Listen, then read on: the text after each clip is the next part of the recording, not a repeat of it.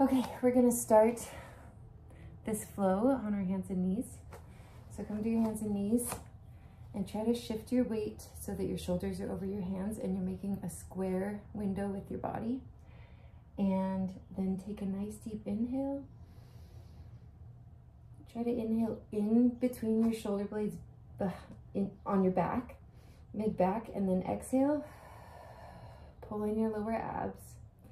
On your next inhale, really just try to expand between your shoulder blades without like overly tucking your chin. Nice exhale.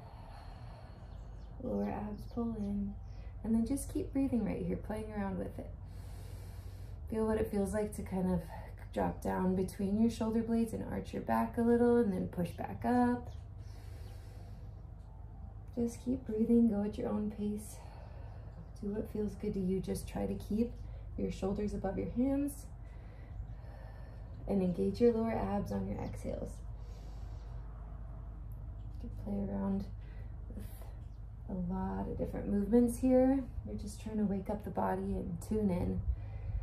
Tune into where you're tight or sore. And then from here, we're gonna arch. And we're gonna start to roll up by first starting with the tailbone and then progressing up the spine till we reach the head. Stay here, push really hard into your hands.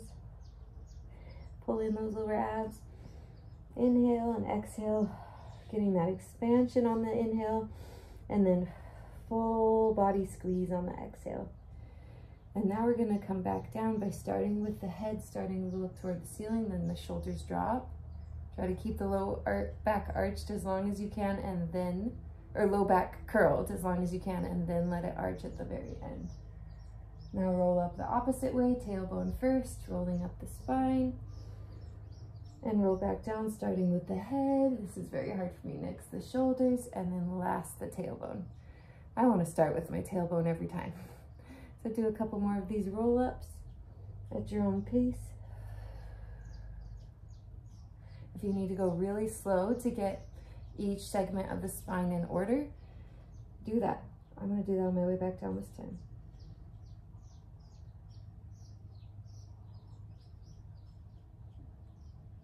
That felt really weird. It's kind of new sensations in your body. All right, now we're going to sit back on our heels.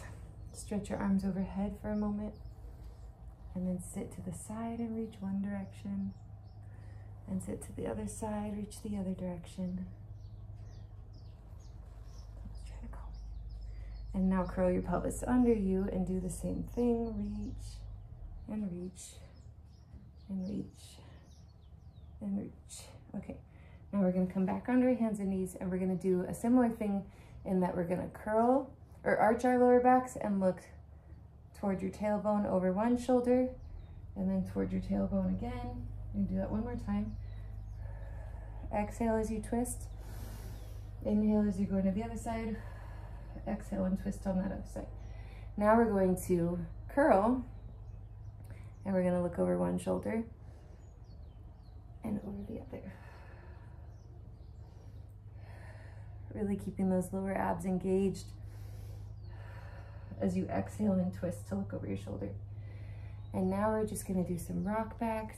So pushing back with your hands. If you want, you could start by just going back this far and this far, just progressively getting closer to your heels. And then if you can, sit back on your heels and reach forward into child's pose. That's great. But if you can't, you can take like a pillow or a yoga mat or a foam roller, and you can put it under your butt like this, to give you just something to really like breathe into and relax into. I don't want you like holding here. I want you to be able to sit back. Let your tailbone reach toward the wall behind you, and then keep walking your hands out in front of you to get a nice stretch through here. And then begin to inhale into your back, and then exhale back down. Progressively just exhaling into any joints that feel like they're holding tension, or any muscles that feel like they're holding tension. You can actively tell them to relax with your brain. You just have to find them. You have to access them and feel them. Your body thinks and feels. So feel. That will help your body think. And then next we're going to sit up either onto your block, or if you can, be sitting on your heels, and you're going to take your fingertips and find your ribs on both sides and actually kind of push up and into those ribs and curl over your fingers. And now we are moving our hands around a little, and that makes us start to massage our digestive organs. On the right side, we have the liver. And you can actually feel, I can feel that mine is tender. If I like dig up and in, a little closer to my midline is where I feel mine. But they can get really like hard. The liver's supposed to be, it can really change consistency as far as like soft and pliable versus kind of rigid and hard. And it's kind of bound up by fascia too. So what we're doing here is releasing the fascia and just like massaging all around it. There can be a lot of fascial adhesions that happen within our intestines and abdominal wall. So we're just finding those, you know, like scoot around with your hands, be gentle with yourself. But this bent over position allows us to kind of dig in right here. Ooh, I can really feel it. So just, if it feels like rigid, lay here, put your forehead down. If you need to get a pillow and put it in front of your head, you can. I'll try this, like this. And then I'm just gonna inhale here. Let my ribs widen and expand into my hands, and then exhale really gently, just a long, gentle exhale, not a forceful exhale. And then massage around, and then inhale. Actually pull your ribs as you inhale and try to get them to expand more. Mine is super crushed in on the right side, and so I'm gonna actively pull harder on the right side to get them to lift. Our ribs can be manipulated, but ultimately we want to teach the muscles that hold our ribs in place to sit at a nice resting tone and not be clenching on either side. Inhale and exhale as needed.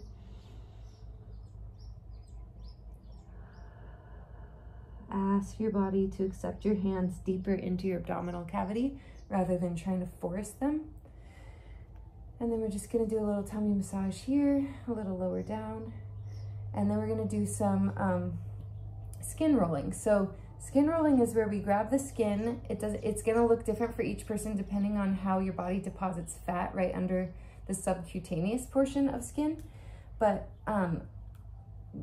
if whatever you can grab and pull away, you're actually peeling the fascia that's between the layer of subcutaneous fat and muscle. So it's like a layer of like almost saran wrap spiderwebby tissue that we can actually walk. I've worked on this for a while, so mine's pretty walkable, but I'm grabbing a big pinch and then I'm just walking it along, like rolling it. I'm a little sweaty, and so that helps me kind of like move because I've got some moisture to work with. But if you're dry, you could get some lotion, or if you're too wet, you could dry off. It's about getting a good grip. And then you want to go every direction. So now I was going at this diagonal. I'm going to actually start here and go at this diagonal. Ooh, it's tender and tight right there, right where I tend to clench. So I'm going to just work it a little bit. And I might be sore here tomorrow now because that happens. As you're peeling it away, it can almost feel like bruised for the next 24 to 48 hours, but that's a good sign. You released something. And then you don't want to go over the midline right here. That fascia can tear if we like over strain it. This fascia on the sides here is meant to be peeled away, but this fascia here is where everything connects into, so we want to leave the exact midline alone. But we can walk up pretty close to it with the skin rolling. So on this side, I'm a lot more movable, and all the layers slip and slide over each other. And you can test that by taking your hands and putting them at two sites and trying to do this with your skin both directions. And now mine is moving pretty well. It moves pretty well up and down, side to side, in circles. But over here it moves even better. It's like super slippy and slidey. So all the layers in our guts, like we want them all to be like slipping and sliding well, because our musculature, it goes so many different directions, right? And then it all has to hold in our guts, which also goes so many different directions. And really need like a lot of circulation and movement. So we want to make sure that we're not holding in rigid and tight through our bellies, which can happen after like sucking in a lot. And then also, as I've mentioned, like wearing too tight of clothes with a tight waistband. So I'm gonna roll mine down and just ignore my loose skin. It's fine. And then you can also do things like padding. That's good for lymphatic movement. And you've likely told you about lymphatic drainage massage, but that would be great to do right about now, or even before you start this practice. And that's just a nice daily routine that you can do with the skin rolling it. You can do it on your abs here if you need to.